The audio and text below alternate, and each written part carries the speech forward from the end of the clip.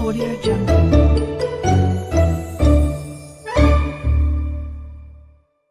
यह कहानी एक छोटे से गांव शिव तालाब की है। उस गांव में हरि नाम का किसान अपने परिवार के साथ रहता था। ए जी, सुनते हो जरा?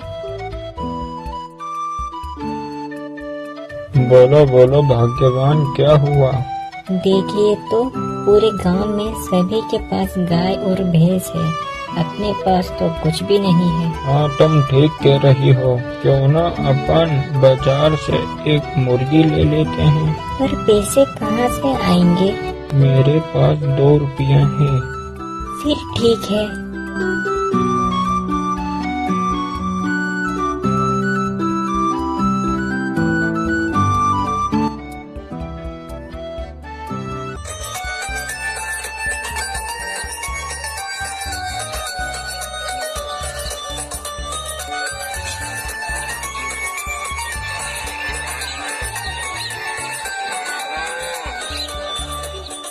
बाबा, ये मुर्गी कितने की है? बेटा, 5 रुपए 25 पैसे की है। बाबा, कुछ कम नहीं करोगे क्या? बेटा, 5 रुपए तक कर दूंगा। बाबा, मेरे पास तो केवल 2 रुपया है। बेटा, 2 रुपए में तो मुर्गी का बच्चा भी नहीं आएगा। हरि और उसकी पत्नी बाजार से उदास होकर चले जाते हैं।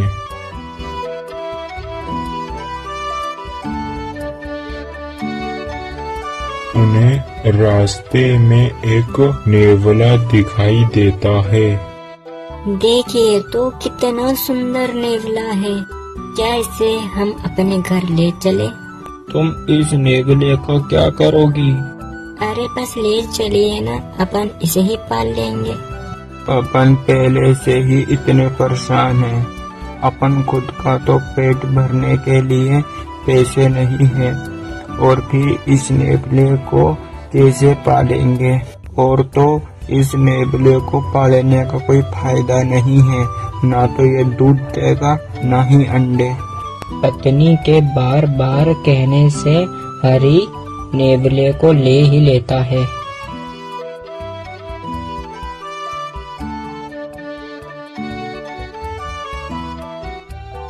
देख बेटा, हम तेरे लिए क्या लेकर आए हैं। कह तो तुम ऐसे रही हो जैसे कोई अनमोल मुर्गी या गाय भैंस लेकर आई हो। एक जी का जंजाल नेवले को ही तो लाई हो। भले ही ये एक नेवला है, पर इसे हम बड़े प्यार से पालेंगे। हरि का परिवार उस नेवले के साथ बहुत खुश था। फिर एक दिन नेवले के हवाले बच्चे को छोड़कर हरि और उसकी पत्नी खेत पर चले जाते हैं।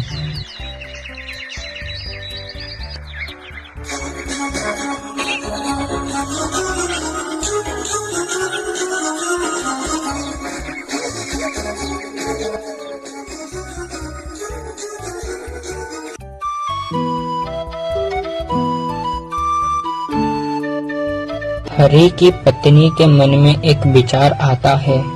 नेवला तो एक जानवर है, उसे बुद्धि नहीं है। उसके भरोसे मैं अपने बच्चे को कैसे छोड़ सकती हूँ? अरे सुनते हो? अरे अब क्या हुआ? जल्दी से मेरे पास आओ।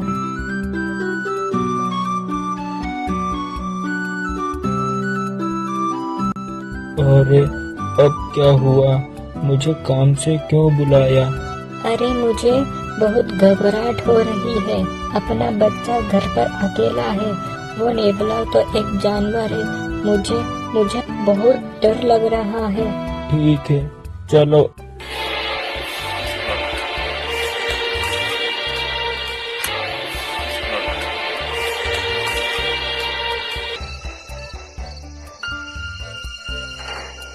देखिए तो इसके मुंह पर खून लग रहा है। इसने मेरे बच्चे को मार दिया होगा। तो रुक। जैसे ही वो घर के अंदर जाके देखते हैं तो उसका बच्चा सही सलामत सो रहा था, किंतु उसके पास में एक बहुत बड़ा काला सांप मरा हुआ पड़ा था। उसको देख के हरी और उसकी पत्नी चौंक जाती है। देखो, तुमने बेवजह एक बेजुबान को मार डाला। उसने तो अपने बच्चे की सांप से जान बचाई। हरी की पत्नी बहुत रोई, पर रोने से उस नेबले की जान वापस। कंबल का घर। शहर में कोसों दूर एक छोटा सा गांव बसा था, जहां की आबादी बहुत ही कम थी। साथ ही गांव में रहने वाले ज्यादातर लोग बहुत गरीब थे, जो अपने छोटे और टूटे फूटे घरों में रहते थे। सर्दियों का मौसम शुरू हो गया था, जिसके कारण कड़ाके की ठंड पड़ रही थी। बात एक रोज की है, जब ठंडी हवाओं के चलते गांव में रहने वाली बिंदिया ठिठुरते हुए बाजार जा रही होती है। तभी उसके घर से कुछ ही दूरी पर रहने वाली रचना उसे टोक देती है। अरे बिंदिया बहन, इतनी ठंड में कहाँ बाहर घूम रही हो? मुझे कोई शौक नहीं है ठंड में गांव भ्रमण करने का। वो तो घर में सब्जियां नहीं है, तो जरा बाजार ही जा रही थी। अच्छा, जब जा ही रही हो तो मेरे लिए 2 किलो आलू और 1 किलो टमाटर लेती आना। क्यों रचना, तुम्हारे पैर में मेहंदी लगी है क्या? अरे इतनी सर्दी में मैं बाजार जाकर तुम्हारे लिए सब्जियां लेकर आऊं? नहीं नहीं, मुझसे नहीं होगा। चलना है तो मेरे साथ चलो। हाँ हाँ, मेरा काम कर देगी तो घिस जाएगी ना। अरे क्या सोचने लगी, चलोगी या मैं निकलूं? नहीं नहीं, रुको, अभी थैला लेकर आती हूँ। रचना कुछ ही देर में अपना पर्स और थैला लेकर बिंदिया के साथ बाजार की ओर निकल पड़ती है। कुछ ही दूर चलने पर अचानक से बर्फ पड़ना शुरू हो जाती है।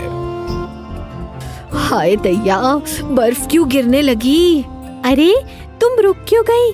चलती रहो, शरीर गर्म रहेगा, वरना इस बर्फीले मौसम में खड़े खड़े कुल्फी जम जाएगी। हाँ हाँ, चलो जल्दी चलो।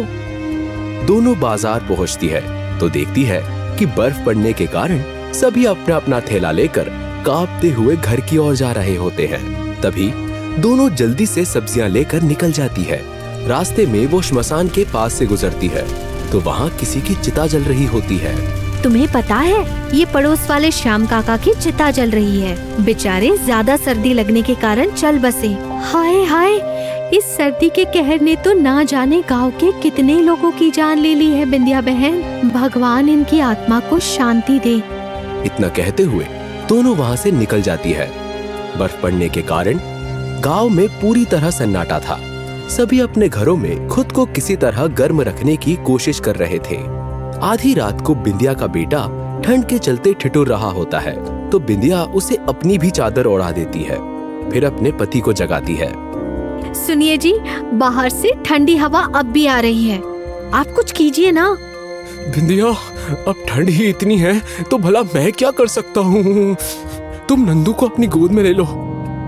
ठंड लग गई तो उसकी तबीयत खराब हो सकती है। इस तरह तो हम ठंड से ठिठुरते ही रहेंगे।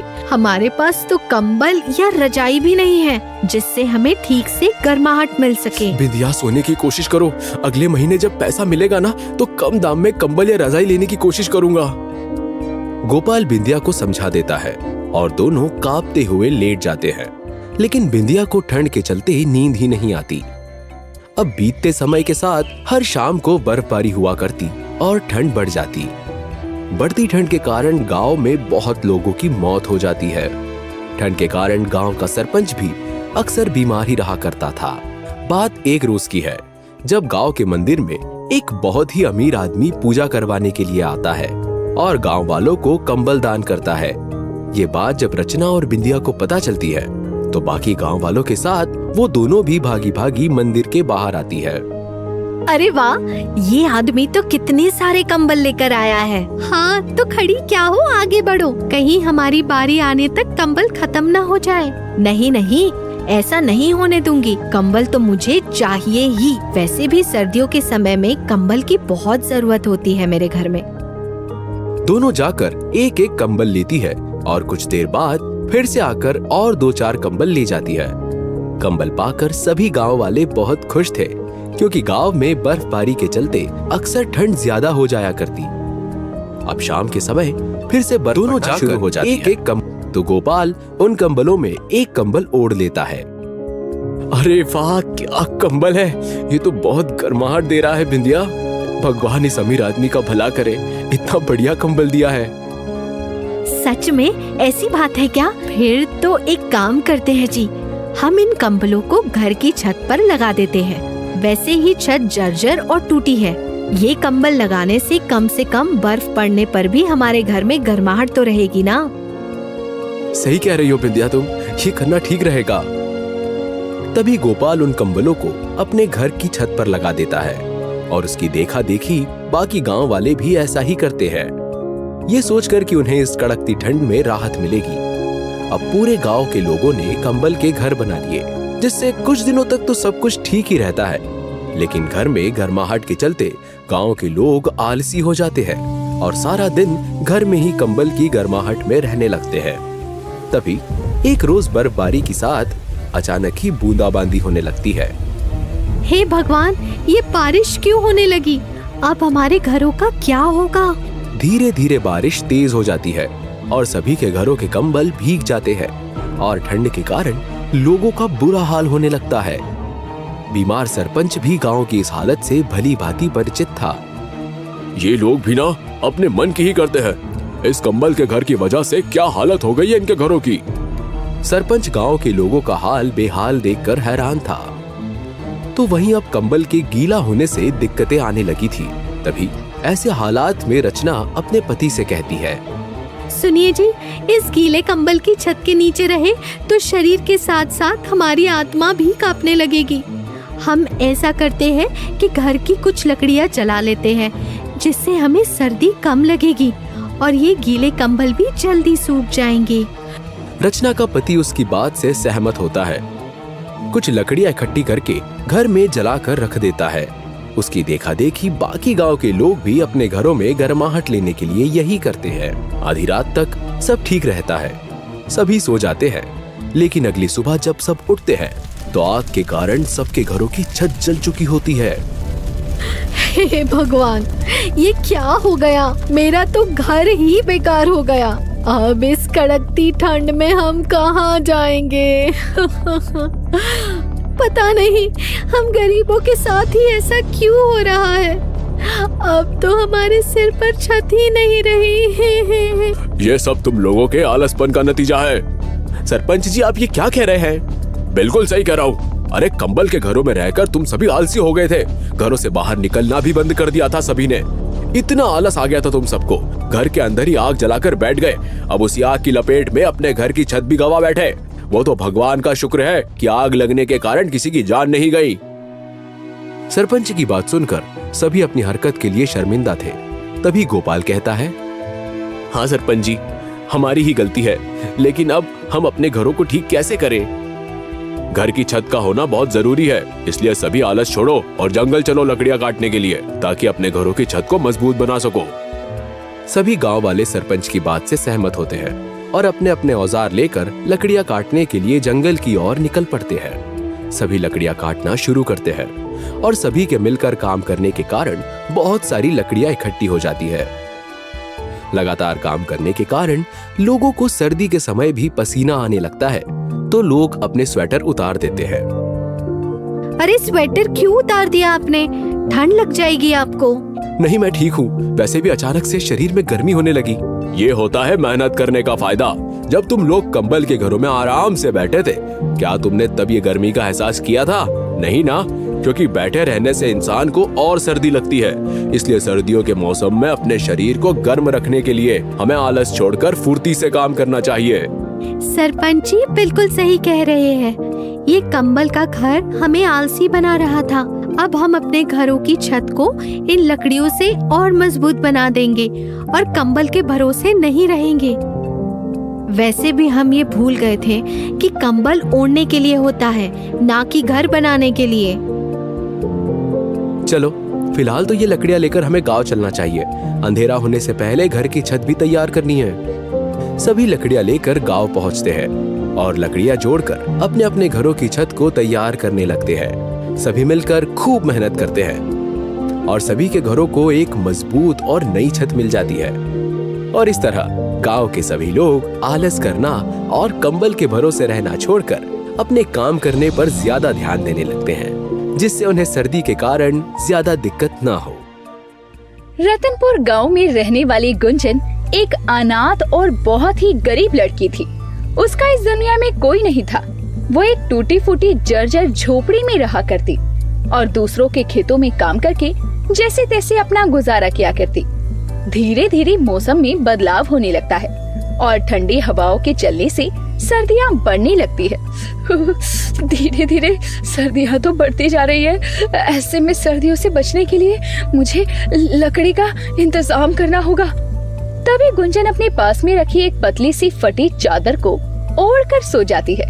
अगली सुबह वो गांव में लकड़ियों की तलाश में निकल जाती है, लेकिन मैदानी इलाके में होने के कारण रतनपुर गांव के आसपास कोई जंगल नहीं था, जिसके कारण गुंजन को लकड़ियां मिलने में बहुत परेशानी होती है।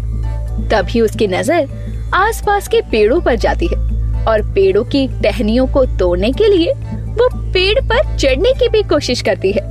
तभी वहाँ से पानी लेकर जा रही मालती उसे टोकती है। ए लड़की, ये क्या बच्चों की तरह उछल कूद कर रही है? काकी, मैं इस पेड़ की टहनियाँ तोड़ने की कोशिश कर रही हूँ। रात के समय आग जलाने के काम आएगी। अरे हाँ, तो लकड़ियाँ खरीद क्यों नहीं लेती? अरे इतना ऊंचा पेड़ है, कितना भी उछल लेगी तो तू लकड़ियों को तोड़ नहीं पाएगी। काकी, मुझ गरीब के पास 2 वक्त के खाने के पैसे नहीं होते, तो लकड़ियाँ खरीदने के पैसे कहाँ से लाऊंगी? क्या आप मुझे कुछ पैसे उधार दे सकती हैं? अरे रे, तुझे तो जरा सलाह क्या दे दी? तू तो मुझसे ही पैसे मांगने बैठी। तू गरीब है तो मैं कोई सेठानी नहीं हूँ। मैं भी इस गांव की रहने वाली गरीब ही हूँ। मालती की बात सुनकर गुंजन फिर से उछलती है, लेकिन जमीन पर आते ही उसका पैर मुड़ता है और वो गिरने से बचने के लिए मालती का हाथ पकड़ती है, लेकिन अपने साथ साथ वो मालती को लेकर जमीन पर गिर पड़ती है, जिससे मालती का पानी का मटका भी गिरता है और दोनों गीली हो जाती हैं। जैसे तैसे दोनों खड़ी होती हैं। आए हाय, सत्यानाश हो तेरा! ठंड में मुझे गीला कर दिया, ऊपर से मेरे मटकों को तोड़कर भी नुकसान किया। मैंने जानबूझकर नहीं किया काकी, वो मैं गलती से गिरी और गीली हो गई और आपको भी गिरा दिया। अरे तो क्या मेरी गलती के कारण हुआ है? मेरी हिम्मत मारी गई थी जो मैं यहाँ रुक गई। चल हट, अनाथ कहीं की। मालती गुंजन को धक्का देते हुए वहाँ से चली जाती है। जमीन पर गिरने के कारण गुंजन के हाथ और पाँव में खरोंच आ जाती है। बेचारी आंखों में आंसू लिए खेत में काम करने चली जाती है और वहाँ काम करने लगती है। रात के समय वो थकी हारी ठिठुरती हुई घर आती है और अपने हाथ पैर की चोट पर हल्दी का लेप लगाती है। रात होने के कारण ठंड बहुत बढ़ जाती है। आज मुझे कहीं से भी लकड़ियाँ नहीं मिली। अगर मिल जाती तो आग जलाकर ठंड से राहत तो मिलती। पता नहीं कब तक इस ठंड में मुझे ऐसे ही ठिठुरना पड़ेगा। बढ़ती रात के साथ ठंडी हवाएं तेज हो रही थी, जिसके कारण गुंजन कांपने लगती है। कुछ देर में उसके दरवाजे पर दस्तक होती है। अरे इस समय दरवाजे पर कौन आ सकता है? लगता है जाकर देखना ही पड़ेगा। गुंजन जाकर दरवाजा खोलती है। वो देखती है कि एक बुढ़िया ठंड में ठिठुरती हुई उसके दरवाजे पर खड़ी होती है। अम्मा, आप कौन हो और इतनी रात गए बिना कंबल चादर के ठंड में घूम क्यों रही हो? बेटी, मैं दूसरे गांव जा रही थी, लेकिन अंधेरे के कारण रास्ता भटक गई हूँ और ठंड भी बहुत लग रही है। मेरी मदद कर दो बेटी। आज रात के लिए मुझे अपने घर ठहरने की जगह दे दो। सुबह होते ही चली जाऊंगी। ठंड से बिना कंबल चादर के कांपती हुई बुढ़िया को देखकर गुंजन को उस पर दया आ जाती है और वो अपनी मन ही मन कहती है, पता नहीं कैसे होंगे इनके घर वाले जो इन्हें इतनी सर्द रात में अकेले बाहर जाने दिया। मुझे इनकी मदद करनी चाहिए। ठीक है अम्मा, तुम आज रात मेरे घर पर रुक सकती हो। बहुत बहुत धन्यवाद बेटी, भगवान तुम्हारा भला करे। गुंजन उस बुढ़िया को घर के अंदर लेकर आती है। वो बुढ़िया इसके बाद गुंजन का पतला सा चादर जैसा कंबल ओढ़कर सो जाती है। कुछ ही देर में गुंजन को भी नींद आ जाती है। सुबह पक्षियों के चहचहाने से गुंजन की नींद खुलती है तो गुंजन उस बुढ़िया को उठाने के लिए उस कंबल को हटाती है और हैरान रह जाती है क्योंकि वहाँ कंबल तो था लेकिन बुढ़िया नहीं थी। अरे वो अम्मा कहाँ गई और ऐसे अचानक वो कहाँ जा सकती है? कहीं वो चली तो नहीं गई? मैंने तो उन्हें खाने के लिए भी नहीं पूछा। उन्हें भूख भी तो लगी होगी ना? वैसे भूख तो मुझे भी लगी है। रात को भी मैंने कुछ नहीं खाया था। अगर मैं अनाथ नहीं होती तो मेरे उठते ही कोई मेरे लिए खाना लेकर आ जाता। गुंजन ने इतना कहा था कि तभी जिस कंबल को उसने हाथ में पकड़ा था उस कंबल से एक हल्की सी चमक निकलती है और गुंजन के सामने स्वादिष्ट खाने से भरी थाली आ जाती है, जिसे देखकर गुंजन हैरान हो जाती है। ये खाना कहाँ से आया? ये खाना सच में है या फिर भूख के कारण मुझे वहम हो रहा है? नहीं, ये मेरा वहम नहीं है। सच में ये खाना यहाँ पर है और ये तो बहुत स्वादिष्ट है। ये तो किसी जादू से कम नहीं है। गुंजन अपना पेट भर खाना खाती है और जो भी वो कहती है वो चीज उसके सामने आने लगती है। तभी उसकी नजर उस कंबल पर जाती है जो कंबल उसने उस बुढ़िया को ओढ़ने के लिए दिया था, जिसे वो अपने हाथ में लेकर कहती है, कहीं ये कोई जादुई कंबल तो नहीं? लेकिन आज से पहले तो इस कंबल ने ऐसा चमत्कार नहीं किया। हो सकता है वो बुढ़िया जादुई थी और जब उसने इस कंबल को ओढ़ा तो ये भी जादुई हो गया। गुंजन समझ जाती है कि उस बुढ़िया के जरिए ये जादुई कंबल उसके पास आया, जिसके बाद वो उस जादुई कंबल से अपनी जरूरत की चीजों को प्रकट करती है, जैसे अपनी टूटी फूटी झोपड़ी को पक्के घर में बदल देती है और घर में सारी सुख सुविधाएं भी ले आती है। लेकिन रातों रात गुंजन के हालातों को बदलता देखकर सभी गांव वाले दंग रह जाते हैं। अरे ना जाने कौन सी लॉटरी लग गई है इस अनाथ गरीब लड़की की, जो इतना बढ़िया घर हो गया है इसका। अरे सही कह रही हो बहन। अरे इसके जितनी कृपा भगवान का भी हम पर भी कर दे तो थोड़ा हमारा भी भला हो जाए। मालती अपने पड़ोसन से बातें कर रही थी कि तभी नशे में झूमता हुआ वहाँ उसका पति मंगलू आ जाता है। ए मालती, तू चिंता क्यों करती है? तुझे मैं ऐसा घर क्या महल बना कर दूंगा, महल। आए हाय, पीकर सड़क पर भटकने वाला तेरा पति तुझे महल बना कर देगा? मालती सुन रही है ना इसकी बातें? इसकी बातों में फंस कर ही तो जिंदगी बर्बाद हो गई बहन मेरी। ना जाने कौन सी घड़ी में इस शराबी से शादी हो गई थी मेरी। मंगलू नशे में झूमता हुआ गिरने लगता है। तभी मालती उसे संभाल लेती है। कौन शराबी? किसने पी शराब? मैंने तो नहीं पी। ए मालती, तू कब से पीने लग गई? हाँ, हे भगवान, जब संभाला नहीं जाता तो इतने पीते क्यों हो? चलो घर, वरना यहीं छोड़कर चली जाऊंगी। मालती नशे में धुत अपने पति मंगलू को वहाँ से ले जाती है। तो वहीं अब घर और सारी सुविधाएं हो जाने के बाद गुंजन को सर्दियों में ठंड से ठिठुरना नहीं पड़ता। लेकिन एक रोज जब वो शाम को अपनी दुकान से सामान लेकर घर वापस आती है तो देखती है कि मंदिर के बाहर कुछ लोग सर्दियों के कारण ठंड से कांप रहे थे। उस जादुई कंबल के चलते मेरी तो मदद हो गई, लेकिन मुझे इन गरीबों की भी मदद करनी चाहिए ताकि सर्दियों में कम से कम इन लोगों को सर्दी से राहत तो मिल सके। उन गरीब लोगों को ठंड में ठिठुरता देखकर गुंजन उन सबकी मदद करने के बारे में सोचती है और फिर अपने घर जाकर उस जादुई कंबल से बहुत सारे कंबल मांगती है, जिससे वो जादुई कंबल में चमक आती है और उसके इर्द गिर्द बहुत सारे कंबल आ जाते हैं, जिन्हें वो इकट्ठा करके अगले दिन सभी गांव वालों में बांटती है और सभी लोग उसे दुआएं देते हैं। बेटी जीते रहो, भगवान तुम्हारा भला करे। तुमने हम गरीबों को ठंड में ये कंबल बांटकर नेक काम किया है। हाँ बेटी, इस कंबल के लिए तुम्हारा बहुत बहुत शुक्रिया। गुंजन सभी गांव वालों में कंबल बांट देती है और घर आकर देखती है तो जादुई कंबल वहाँ नहीं था। वो जादुई कंबल को पूरे घर में देखती है, लेकिन वो उसे कहीं नहीं मिलता। वो जादुई कंबल कहाँ गया? कहीं वो उस अम्मा की तरह गायब तो नहीं हो गया? नहीं नहीं, ऐसा नहीं हो सकता। लगता है सारे कंबल इकट्ठा करने के चलते वो जादुई कंबल भी साधारण कंबल के साथ किसी गांव वाले के पास पहुंच गया। हाय दैया, अब क्या होगा? इधर गुंजन जादुई कंबल के न मिलने से परेशान थी, तो वहीं मालती अपने पियक्कर पति के रोज रोज के तमाशे से तंग आ चुकी थी। मैं ये रूखा सूखा नहीं खाऊंगा, नहीं खाऊंगा। अच्छा, ये रूखा सूखा नहीं खाओगे तो मत खाओ, क्योंकि भगवान छप्पर फाड़ कर तुम्हारे लिए पकवान नहीं भेजने वाले। मैं तुम्हारा पति हूँ, तुम मुझसे ऐसे बात नहीं कर सकती। अरे पति वाला कोई काम किया है तुमने? अरे कुछ भी खरीद कर नहीं दिया है आज तक। ये देखो, भीख में मिले कंबल को ओढ़कर काम चलाना पड़ रहा है। मन तो करता है तुम्हें 2-4 खींच कर थप्पड़ लगाऊं।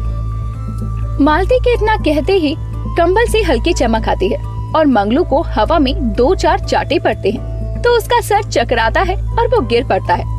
हाय हाय, ये हवा में थप्पड़ कहाँ से लग गए ने? कहीं मेरे बोलने से तो नहीं? नहीं, मेरी जुबान काली थोड़ी है।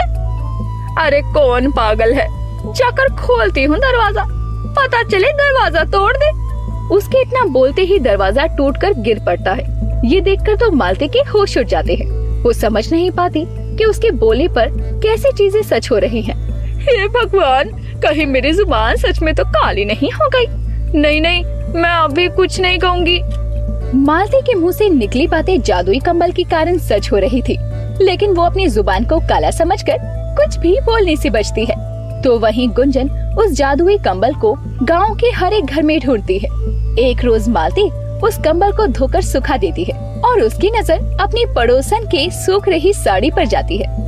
कितनी सुंदर साड़ी ली है कांता ने। अगर मेरा पति पैक करना होता तो इससे अच्छी साड़ियाँ खरीद पाती। हाय दैया, कितनी सुंदर साड़ियाँ हैं। इस बार तो मुंह से निकली अच्छी बात भी सच हो गई, यानी सच में कोई तो जादू हुआ है मेरी जुबान पर। मालती इसे अपनी जुबान का कमाल समझकर साड़ी को लेकर खुशी खुशी घर चली जाती है। तो ये सब कुछ वहाँ से गुजर रही गुंजन देख लेती है और वो जादुई कंबल की चमक को देखकर उसे पहचान जाती है और फिर उस कंबल को लेकर घर लौट आती है।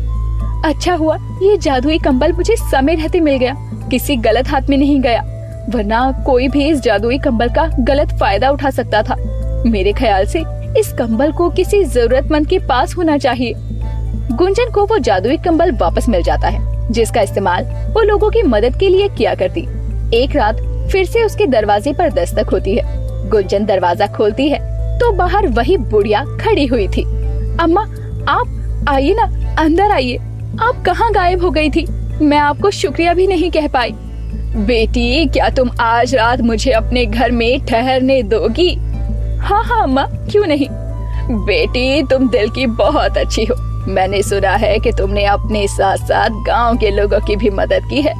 दुनिया में लोग बस अपना भला और फायदा सोचते हैं, लेकिन तुमने दूसरों के बारे में सोचा, इसीलिए तुम्हारे साथ कभी कुछ गलत नहीं हो सकता। आप भूखी होंगी, रुकिए, मैं आपके लिए कुछ खाने को लाती हूँ। गुंजन उस बुढ़िया को खाना खिलाती है और फिर बुढ़िया वही जादुई कंबल ओढ़कर सो जाती है। अगले दिन जब गुंजन उठती है तो पहले की तरह बुढ़िया गायब होती है, लेकिन इस बार वो जादुई कंबल भी बुढ़िया के साथ गायब हो जाता है। लेकिन गुंजन ये सब सोचकर खुश थी कि आज उसके पास जरूरत का सारा सामान उपलब्ध था और उसने गांव वालों की मदद भी की थी।